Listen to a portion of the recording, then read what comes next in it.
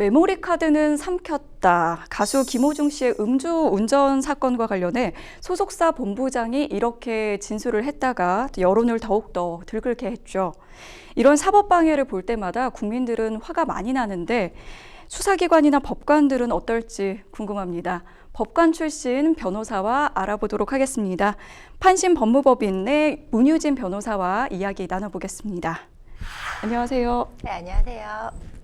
네, 최근 김호중 씨의 음주운전 사건이 좀 이슈가 됐습니다. 사법 방해 행위로 여론의 공분이 더욱더 커졌는데요.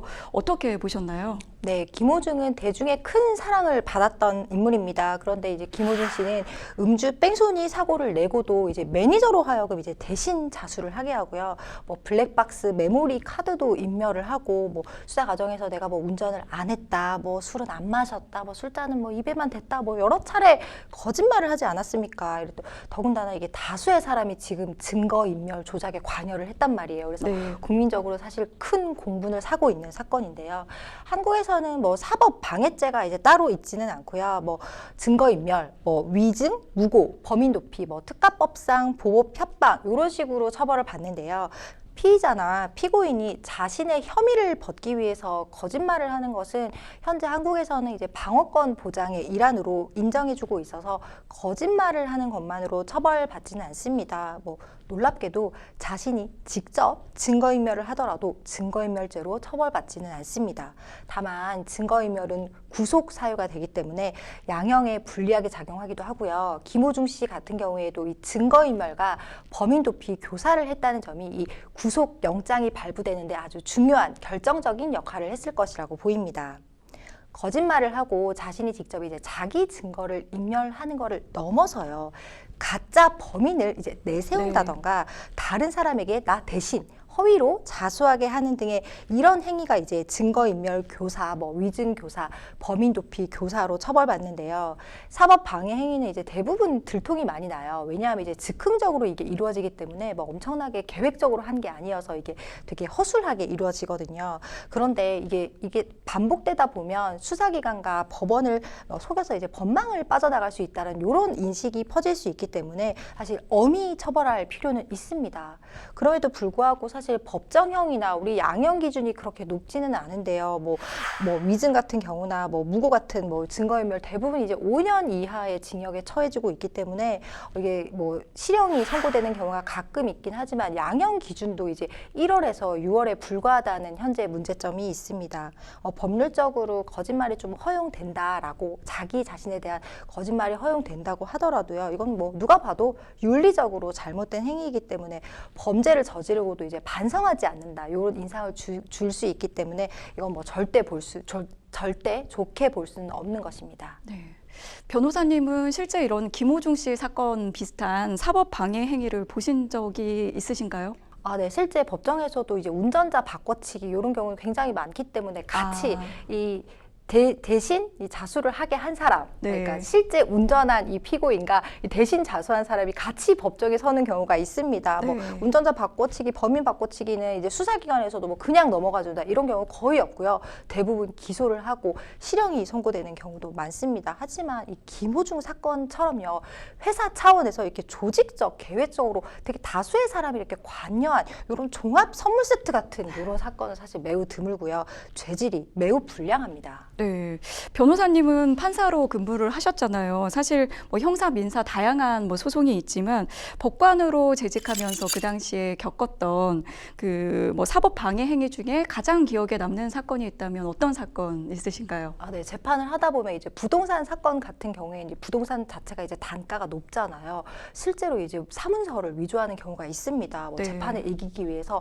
원고가 계약서 같은 거를 이제 위조를 하잖아요. 그러면 이제 피고가 원고를 형사 고소를 합니다. 사무소 위조로. 그렇게 되면 이 형사 고소 결과를 기다리기 위해서 민사 소송 같은 경우에는 이제 재판이 중단되기도 하고요.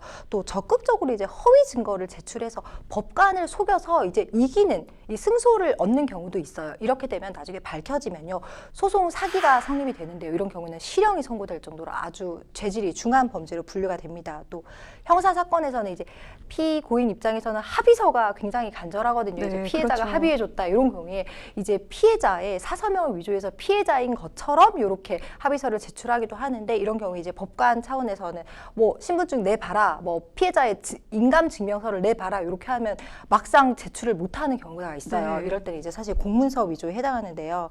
뭐 이런 경우뿐만 아니라 이제 가정폭력 사건이 있잖아요. 이제 그 아내가 남편에게 맞았다라고 경찰에 신고를 했는데 막상 자기 남편이 이제 법정에서 피고인으로 서는 거 보면 이제 막 떨리고 무섭고 이렇잖아요. 그래서 나 안 맞았다. 법정에서 피해자로 이렇게 위증 진술을 하는 경우가 있어요. 사실 마음은 뭐 이해할 수 있지만 사실 이거는 사법, 이 수사기관에 대한 이게 농락이라고 볼 수 있기 때문에 사실은 그러시면 안 됩니다. 네. 일단 일반인들 사례를 얘기해 주신 것 같은데 혹시 검찰 측이 전략적으로 사법 방해를 하는 경우도 있을까요?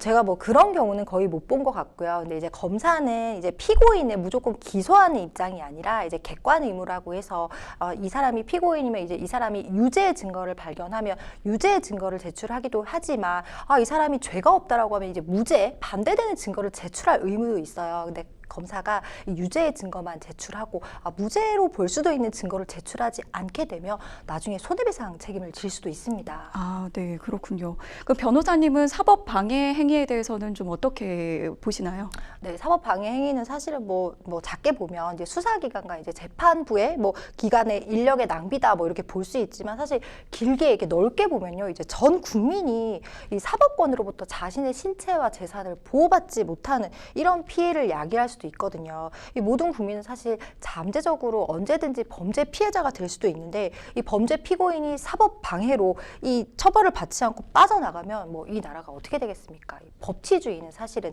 우리나라 국가의 기본입니다. 네. 외국은 사실 사법 방해 행위를 굉장히 좀 무겁게 처벌한다고 들었습니다. 한국 사법부가 좀 개선해야 할 점 어떤 점이 있다고 보시나요? 이건 뭐 전반적으로 우리 판사들의 판결에 대한 양형 기준과도 좀 저도 맥락을 같이 하는데요. 일단 사법 방해 행위에 대해서도 형량이 조금 가벼운 것 같습니다. 이 양형 기준 상향을 조금 검토를 해봐야 되는데요. 지금 현재로서는 뭐 증거인멸, 아까 말씀드렸다시피 무고, 뭐 위증 요 정도는 있지만 사법 방해죄 자체는 없거든요. 그래서 사법 방해죄 도입에 대해서도 사실 국회에서 심도 깊은 논의가 이루어질 필요가 있다고 보입니다. 이 헌법상 자기 부재 금지 원칙이 있어요. 자기한테 이제 불리한 진술을 강요해서 이제 말하지 않을 권리가 있어서 사실 고민이 좀 필요한 부분이긴 한데요. 이 법무부와 검찰에서는 이제 실체 진실 발견을 위해서 이제 참고인이 수사기관에서 허위 진술하는 경우에 처벌해 달라. 요걸 입장을 요구하고 있는 상황입니다. 왜냐하면 이 참고인이 법정에서 이제 판사 앞에서 거짓말을 하면 위증으로 처벌을 받는데요. 이 수사 단계에서 참고인으로 진술을 하는 경우에 거짓말을 하는 경우에 현행법상으로는 이제 처벌을 하는 규정이 없습니다. 그렇다 보니까 수사기관에서는 이 수사 단계에서 굉장히 어려움을 많이 겪게 되기 때문인데요. 다만 이제 피의자는 이 허위 진술을 해도 사실을 처벌받지 않잖아요. 자기 부재 원칙에 의해서. 그런데 참고인이 자기는 이제 범죄자도 아닌데 처벌받는다는 면에서 좀 불합리하지 않냐라는 반론도 있습니다. 또 이제 이번 김호중 사건 같이 이게 가장 문제가 많이 되는 경우는 음주운전을 하고 나서 이제 측정을 하지 않고 도주를 하고 나서 자기가 음주를 하고 난 뒤에 도주를 하고 난 뒤에 술을 집에 가서 더 마시는 경우가 있어요. 네. 그래서 측정을 하게 되면 이게 음주운전 사실 나는 안 했다. 뭐 나는 그때는 술을 안 마셨고 집에 와서 술을 마셨다. 이렇게 하는 경우가 있어요. 그러면 이게 결과적으로 음주운전 당시에 술을 먹고 음주운전을 했다는 혈중 알코올 농도가 측정이 돼야 음주운전의 유죄를 할 수 있는데 이 나중에 술을 먹고 난 이후에 혈중 알코올 농도를 측정하게 되면 처벌할 수 없다는 문제가 있거든요. 이게 순순히 단속에 응해서 이 혈중 알코올 농도를 측정한 사람은 처벌을 받고 이 도주를 해가지고 집에 가서 술을 마시고는 나는 집에 와서 술을 마신 거다 이렇게 네. 꼼수를 쓴 사람은 사실 그래서 이번에 진짜 네. 그래서 더 화가 많이 난 거죠. 맞아요. 이런 국민들이. 불합리함이 지금 현재 있는 것이 사실이거든요. 김호중 사건을 계기로 이번 검찰총장님이 법무부에 음주 사고 후에 이제 의도적 추가 음주 이런 경우에도 이제 형사 처벌을 해야 된다. 이런 규정을 신설하자라는 입법 건의를 했는데도 충분히 이거는 좀 의미가 있는 조항이라고 생각이 됩니다. 이런 전반적으로 형사 차법 체계 자체를 무너뜨리는 이런 사법 방해 행위는 엄단해야 될 필요가 반드시 있습니다. 네, 검찰이 강력한 의지를 밝힌 만큼 앞으로 사법 방해 행위 보다 엄중하게 처벌됐으면 하는 바람입니다. 오늘 좋은 말씀 고맙습니다.